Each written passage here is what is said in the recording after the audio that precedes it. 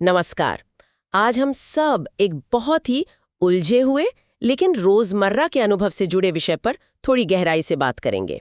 ये हैं हमारी इच्छाएं। हाँ, इच्छाएं। हम सभी कुछ ना कुछ चाहते हैं और ये चाहते हमें चलाती भी हैं, पर कभी-कभी फंसा भी लेती हैं। तो सवाल ये है कि इनका करें क्या? दबा दें या पूरी तरह इनमें डूब जाएं? बिल्कुल। और यही दुविधा, ये कश्मकश हमें अक्सर परेशान करती है। देखिए, हमारे पास ना सचिन जे कार्निक के YouTube वीडियो इच्छा शक्ति और भोग बनाम दमन के कुछ अंश हैं। अच्छा। वो इसी गुत्थी को सुलझाने की कोशिश करते हैं। उनका जो विश्लेषण है वो इच्छा की शक्ति, जिसे इच्छा शक्ति कहा गया है, और अष्टांग योग का एक महत्वपूर्ण सिद्धांत है, ईश्वर प्रणिधान। हाँ, ईश्वर प्रणिधान। उनके बीच के गहरे संबंध पर रोशनी डालता है। तो आज का हमारा मकसद ये समझना है कि कैसे इच्छाओं को दबाने और उनमें पूरी तरह लिप्त हो जाने के वो जो दो छोर हैं, उनसे बचकर एक तीसरा, एक संतुलित रास्ता खोजा जा सकता है। हाँ, ये आखिर है क्या, और ये हमारे आध्यात्मिक सफर को, हमारी ग्रोथ को कैसे प्रभावित करती है, और क्या वाकई भोग और दमन के परे कोई संतुलन मुमकिन है? हाँ, यहीं से शुरू करते हैं। ये इच्छा शक्ति, इसका असल मतलब क्या है स्रोत के हिसाब से? स्रोत बताता है कि इच्छा शक्ति हमारी संकल्प शक्ति, वुलिशन, और इच्छा, डिजायर, इनकी मिलीजुली एक अंदर की ताकत है। ये मैं की चाहत है, किसी चीज को पाने की एक तीव्र इच्छा, एक तड़प, एक मांग। संस्कृत का शब्द इच्छा इसी व्यापक अर्थ को दिखाता है। चाहना, लालसा, किसी अनुभव की मांग। देखा जाए तो हमारी हर गतिविधि के पीछे यही प्रेरणा शक्ति है। यहाँ तक कि जीने की इच्छा, जिसे स्रोत में जिजीविषा कहा गया है, हाँ, जिजीविषा, वो भी इसी का एक रूप है। तो इसके बिना तो जीवन ही संभव नहीं लगता। फिर इसमें समस्या कहाँ से आ जाती है? समस्या तब आती है, देखिए, जब हमारा अहंकार, हमारा मैं भाव इस शक्ति को सही दिशा देने के बजाय इसे नुकसान पहुंचाने लगता है। अच्छा। और स्रोत के अनुसार ये नुकसान दो मुख्य तरीकों से होता है। पहला है अतिभोग, मतलब इंडल्जेंस, यानी इच्छाओं में पूरी तरह डूब जाना। ठीक है। और दूसरा है अतिदमन, सप्रेशन, यानी इच्छाओं को जबरदस्ती बलपूर्वक रोकना। ये दिलचस्प है कि दोनों ही रास्ते नुकसानदेह बताए गए हैं। थोड़ा और समझते हैं इसको।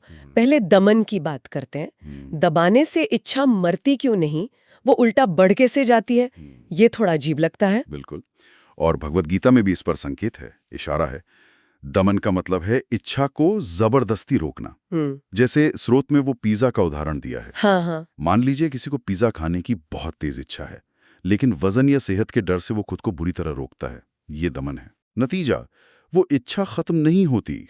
स्रोत साफ कहता है कि वो अंदर ही अंदर और विकृत होकर बढ़ती है और ज्यादा ताकत से वापस उछलती है, रिबाउंड करती है। अच्छा।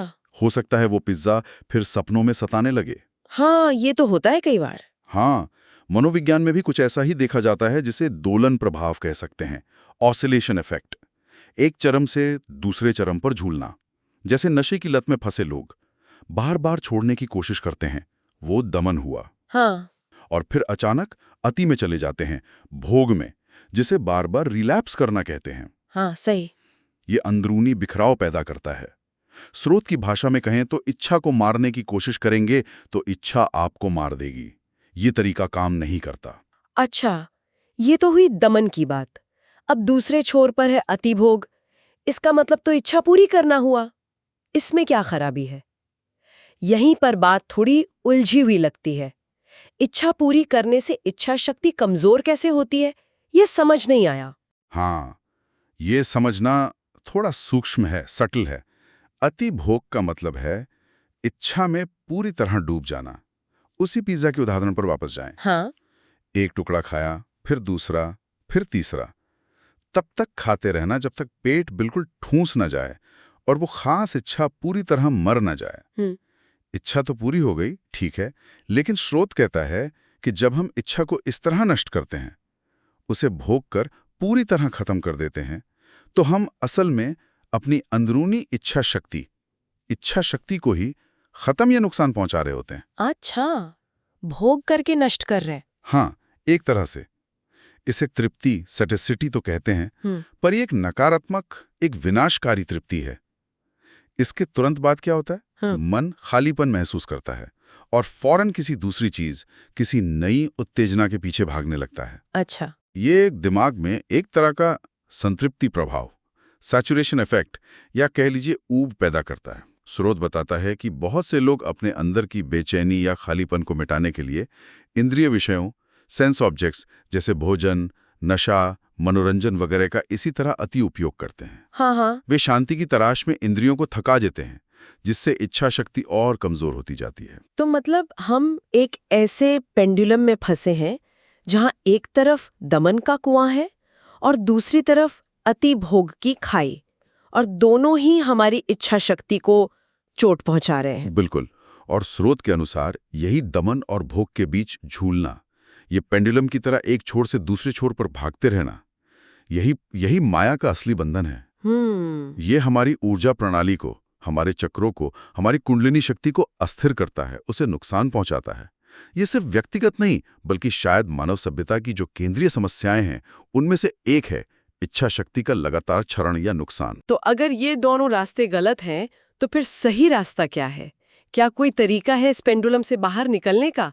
यही शायद मध्यम मार्ग की बात आती है ना? आपने एकदम सही पकड़ा। बिल्कुल, समाधान इन दोनों अतियों, दमन और भोग के बीच का संतुलन बिंदु है, वो सेंटर पॉइंट खोजना है। ठीक है। यही मध्यम मार्ग है। लेकिन ये कोई बना बनाया फॉर्मूला नहीं है जिसे कोई आपको दे दे। यह एक आत्म खोज है, सेल्फ डिस्कवरी है, खुद की खोज। हाँ, ये खोज साधना से, गुरु की कृपा से, सेवा से और शास्त्रों के गहरे मनन चिंतन से होती है। हर किसी को अपना वो संतुलन बिंदु खुद ही खोजना होता है। ठीक है, समर्पण की बात समझ आती है, पर ये अष्टांग योग का ईश्वर प्रणिधान ये भोग और दमन के बीच का रास्ता खोजने में कैसे मदद करता है?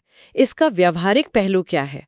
प्रैक्टिकल क्या है उसमें? देखिए, ईश्वर प्रणिधान का शाब्दिक अर्थ तो है सब कुछ ईश्वर को समर्पित कर देना, अपना मन, शरीर, आत्मा, कर्म और यहाँ तक कि अपनी इच्छाएं भी। अब ये मध्यम मार्ग खोजने में कैसे मदद करता है? जब हम अपनी इच्छाओं और उस इच्छा को पूरा करने की क्रिया को अहंकार से नहीं जोड़ते कि मैं कर रहा हूं, मुझे चाहिए, बल्कि परमात्मा से जोड़ देते हैं, तो इच्छा का स्वरूप बदलने लगता है। अच्छा। हम उस अनुभव से गुजरते तो हैं, पर उसमें लिप्त नहीं होते। ना हम उसे जबरदस्ती रोकते हैं, ना ही उसमें अंधे होकर डूब जाते हैं। तो अहंकार हट जाता है बीच से। हाँ, ये समर्पण हमारे अहंकार को बीच से हटा देता है। और जब अहंकार नहीं होता तो ना दमन की जरूरत पड़ती है, ना अति भोग की। इच्छा शक्ति जो पहले या तो दबाई जो रही थी या बर्बाद हो रही थी, अब वो रूपांतरित होने लगती है, ट्रांसम्यूट होने लगती है। वो एक उच्च उद्देश्य से जुड़ जाती है। परमात्मा को समर्पण का मतलब है एक तरह से इच्छा के अनुभव की पूरी प्रक्रिया को ही पूजा बना देना। तो इसका मतलब ये हुआ कि हमें अपनी इच्छाओं को मारना या खत्म नहीं करना है, बिल्कुल, बल्कि उन्हें एक तरह से पवित्र करना है, उन्हें दिव्यता से जोड़ना है। ये तो बिल्कुल अलग नजरिया है। बिल्कुल सही।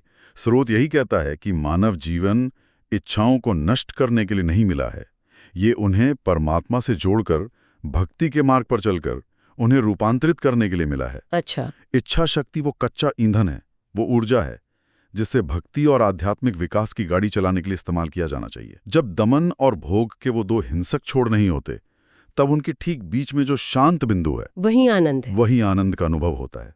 वो संतुलन बिंदु ही आनंद का स्थान है। ये सुनने में क्रांतिकारी तो है, पर इसे रोजमर्रा की जिंदगी में कैसे उतारें?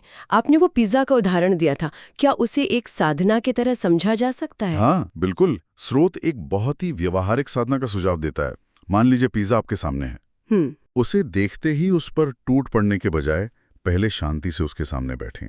हो सके तो अपने इष्ट देव जैसे राधा कृष्ण की कोई छोटी सी मूर्ति या तस्वीर पास रख लें। इसे खाने की क्रिया को एक पूजा, एक भोग लगाने की प्रक्रिया जैसा समझें। ठीक है। फिर अपनी माला लेकर 108 बार या जितनी आपकी क्षमता हो कुछ देर मंत्र जाप करें। अच्छा, जाप करें। हाँ, जाप करें। इससे क्या होगा, जो इच्छा शक्ति पिज्जा की तरफ तेजी से भाग रही थी वो थोड़ी ठहरेगी, स्थिर होगी, वो परमात्मा की ऊर्जा से जुड़ेगी। स्रोत कहता है कि इसमें समय लग सकता है, हो सकता है 2 टुकड़े पिज्जा खाने की पूरी प्रक्रिया में 2 घंटे लग जाएं। 2 घंटे? हाँ, लेकिन ये जल्दबाजी का काम नहीं, ये साधना है। हाँ, फिर खाने की प्रक्रिया कैसी हो? जाप के बाद? जब आप खाएं तो पूरी सजगता के साथ खाएं, माइंडफुलनेस या सजगता जिसे कहते हैं। हर कौर को परमात्मा का प्रसाद समझकर उनके स्मरण के साथ ग्रहण करें। मुझे मजा आ रहा है, बल्कि इसे परमात्मा के प्रसाद के रूप में अनुभव करें। अच्छा। जब आप इस तरह अभ्यास करेंगे तो आप पाएंगे कि आप स्वाभाविक रूप से बस उतना ही खाएंगे जितनी आपके शरीर को जरूरत है। आप संतुष्ट होंगे, सेटिस्फाइड होंगे। लेकिन ये संतुष्टि इच्छा को बेरहमी से कुचल कर या पूरी तरह भोग कर नष्ट करके नहीं मिलेगी। इच्छा सक्रिय रहेगी, पर वो रूपांतरित हो चुकी होगी, परमात्मा से जुड़ चुकी होगी। लक्ष्य स्वस्थ तृप्ति, सैटिएशन पाना है, न कि इच्छा का विनाश करके मिलने वाला वो संतृप्ति प्रभाव या ऊब। विनाश से खालीपन आता है, जबकि इस साधना से सच्ची संतुष्टि और शांति मिलती है। यानी ये सिद्धांत सिर्फ खाने पीने की बात नहीं, ये तो जीने का एक पूरा तरीका है। हर काम में संतुलन और परमात्मा से जुड़ाव। निश्चित रूप से ये एक सार्वभौमिक सिद्धांत है। किसी से कितनी बात करनी है, न बहुत ज्यादा न रूखापन। हाँ। कितना व्यायाम करना है, न आलस न शरीर को तोड़ना। कितना सोना है, कितना सोचना है। जीवन की हर गतिविधि में यही संतुलन खोजना है। अति हर चीज की बुरी है। श्रोत तो यहां तक कहता है कि लोगों से भी बातचीत संक्षिप्त और मधुर रखें। बहुत ज्यादा घुलने मिलने से भी अक्सर समस्याएं और दूसरों में दोष देखने की प्रवृत्ति बढ़ती है। अच्छा, ये भी है। और गाड़ी चलाने का उदाहरण भी बहुत अच्छा दिया गया है। यात्रा शुरू करने से पहले 3-5 मिनट रुककर परमात्मा से जुड़ें, प्रार्थना करें, फिर पूरी सजगता और शांति से गाड़ी चलाएं। बाहर सड़क पर भले ही कितना शोर हो, लोग अधीर हों, गलत तरीके से गाड़ी चला रहे हों, पर आप अपने अंदर शांत और स्थिर रहें। दूसरों की अशांति या अज्ञानता को अपने भीतर घुसने ना दें। अपना आंतरिक संतुलन बनाए रखें। और इस सब का अंतिम लक्ष्य क्या है? इस तरह जीने से क्या हासिल होगा? लक्ष्य है भीतर के उस संतुलन बिंदु को पाना और उसमें टिके रहना, जहां भोग और दमन के झूले हमें बांधते नहीं। इसे भगवद गीता में वर्णित स्थित प्रज्ञा अवस्था की ओर, हाँ, स्थित प्रज्ञा, एक महत्वपूर्ण कदम कह सकते हैं, जिसकी बुद्धि स्थिर हो गई है। इससे इच्छा शक्ति का जो नुकसान हो रहा था वो रुक जाता है।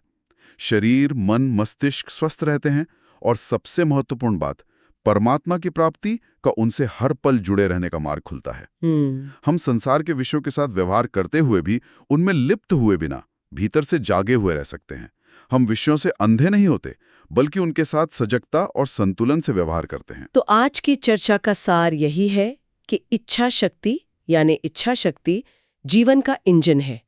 इसे ना तो दबाना है, ना ही इसमें अंधाधुंध बह जाना है।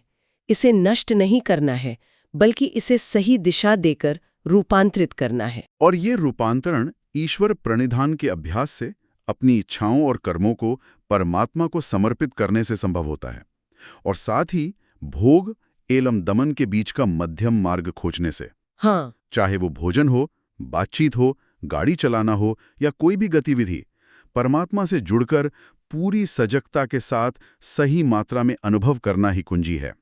इससे इच्छा शक्ति विनाशकारी होने के बजाय दिव्य ऊर्जा में बदल जाती है। ये वाकई सोचने पर मजबूर करता है कि कैसे हमारी अपनी ही इच्छाएं, जो हमें अक्सर बंधन और दुख का कारण लगती हैं, सही समझ और अभ्यास से हमारे आध्यात्मिक विकास का सबसे शक्तिशाली साधन बन सकती हैं। जाते जाते एक विचार और छोड़ते हैं जिस पर आगे सोचा जा सकता है। श्रोत हमें अंत में 3 शक्तियों की ओर इशारा करता है: इच्छा शक्ति, डिजायर, ज्ञान शक्ति, विजडम, नॉलेज, और क्रिया शक्ति, एक्शन। इच्छा, ज्ञान और क्रिया। हाँ, शायद असली संतुलन और मुक्ति तब मिलती है जब ये तीनों शक्तियां, हमारी चाहत, हमारी समझ, क्या चाहें, कैसे चाहें, क्यों चाहें, और हमारा कर्म, उसे सही ढंग से करना, आपस में सामंजस्य बिठा लेती हैं और परमात्मा से जुड़कर काम करती हैं। अकेली इच्छा शक्ति बिना ज्ञान के मार्गदर्शन और सही क्रिया के हमें संसार में उलझाए ही रखती है। शायद इन तीनों का संतुलन ही माया के बंधन से मुक्त होकर वास्तविक आनंद और आत्म साक्षात्कार पाने की कुंजी है। इस गहरी और वाकई व्यवहारिक चर्चा के लिए आपका बहुत बहुत धन्यवाद। उम्मीद है श्रोताओं को अपनी इच्छाओं को एक नए नजरिए से देखने और उन्हें सही दिशा देने की प्रेरणा मिली होगी। धन्यवाद। अगली बार फिर मिलेंगे एक और दिलचस्प विषय के साथ।